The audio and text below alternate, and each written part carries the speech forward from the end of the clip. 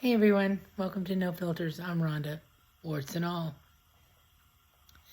Tonight I want to talk to you about class. Not a class you take for learning, but having class. What it means to be classy. To me, actually, my opinions, right or wrong.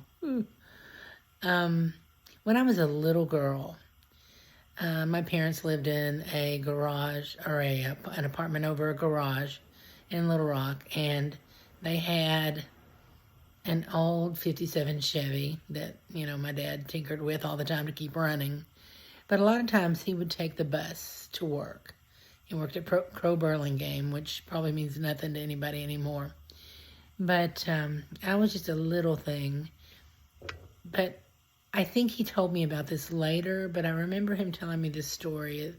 He was at the bus stop one day, and there was a gentleman, a much older gentleman, sitting next to him. And of course, my father was dressed in work clothes, a little work shirt, and some, khaki type pants. I'm not even sure what they had back then.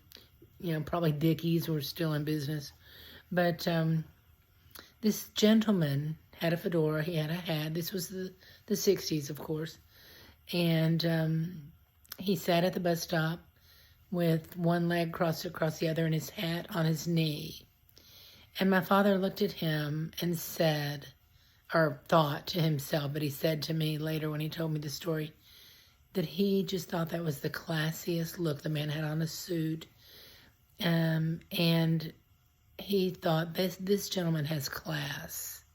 And remember, my mother and my father both came to Little Rock fresh off the farm.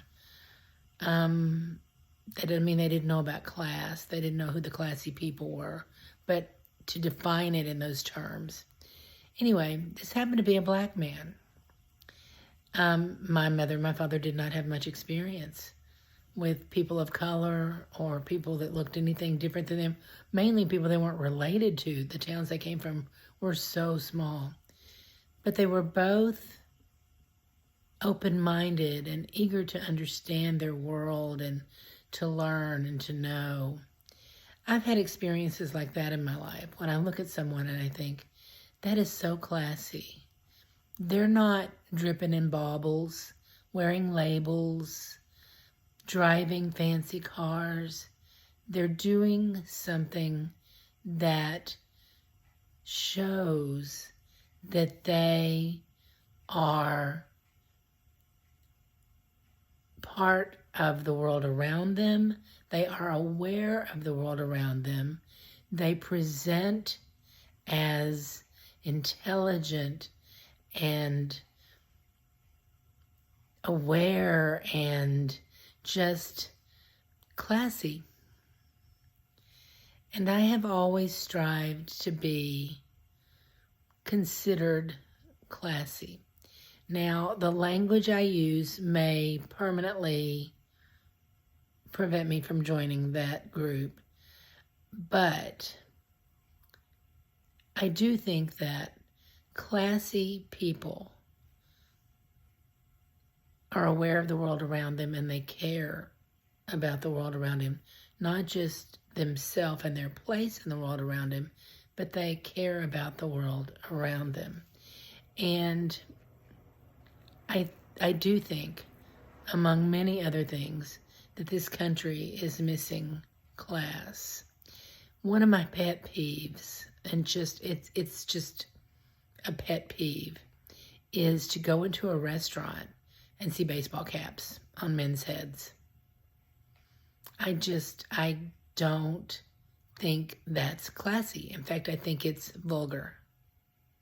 And I live in the South, where every man down here, white man, wears a baseball cap all the time.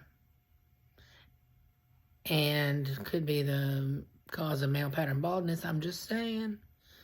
But the thing is that that's not classy. Take your hat off. We were always told to take our hats off inside. Law enforcement does it. Military does it. They take their hats off when they sing the Pledge of Allegiance. Only at sporting events, and I don't understand that, but we'll get to that at another time. The thing is that it's not classy. It's not. You know, flipping off somebody when you're driving because they're just not doing it right, not classy.